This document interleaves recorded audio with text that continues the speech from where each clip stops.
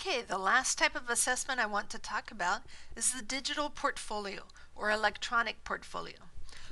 First, let's talk about a portfolio. Portfolio is a collection of student products throughout the entire class. If the class is half a year or a year long, then the instructor can ask the students for input on what they would like to put in their portfolio. And the instructor can allow them, and should allow them, to add additional materials. So if they wanted to add something extra that isn't a requirement, that should be okay also. If it is a relatively short class, then you may just decide to capture everything in the portfolio. Students should be told at the beginning of the class what to keep in their portfolio. So specifically, if you want them to keep rough drafts, you want to show the revision process and then the final version, you need to let them know that. And you also need to let them know how to organize it and in what format they're going to keep it. Alright, so you can see here an example portfolio from a class I taught in 1998.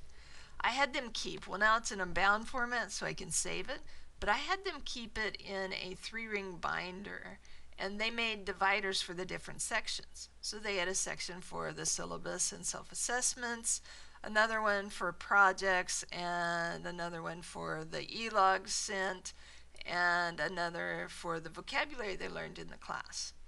Then I checked their portfolio by using a checklist system. So the checklist, did they have this and this and this in this section? Did they have it in the correct section?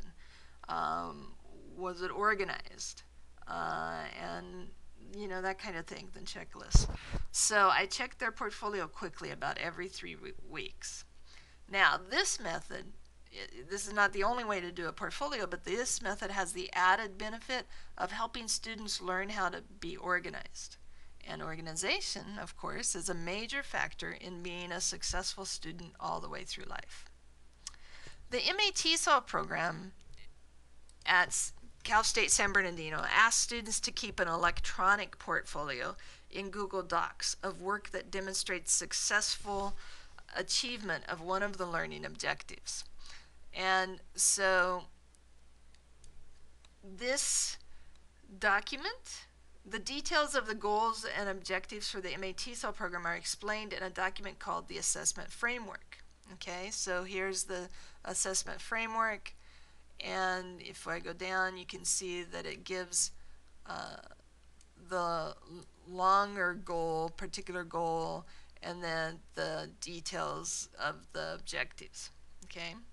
Another document that's part of the portfolio and actually guides your portfolio and how it's made is called the Summary Matrix and Evidence Guide. I just call it the Summary Matrix.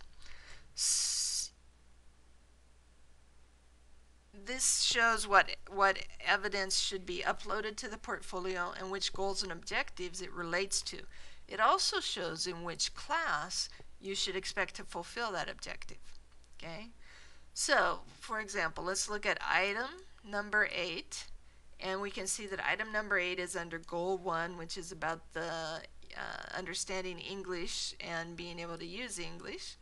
And then specifically, item 8 is on the same row as Objective 1.5, Use Software for Graduate Study. Okay? And the assignment name for that is the value of call, which for us was assignment 3, and you can see it was in ESL 521. So now assignment 4 in this class will walk you through the process of creating your candidate assessment portfolio. That's the electronic portfolio for the MAT-SOL program.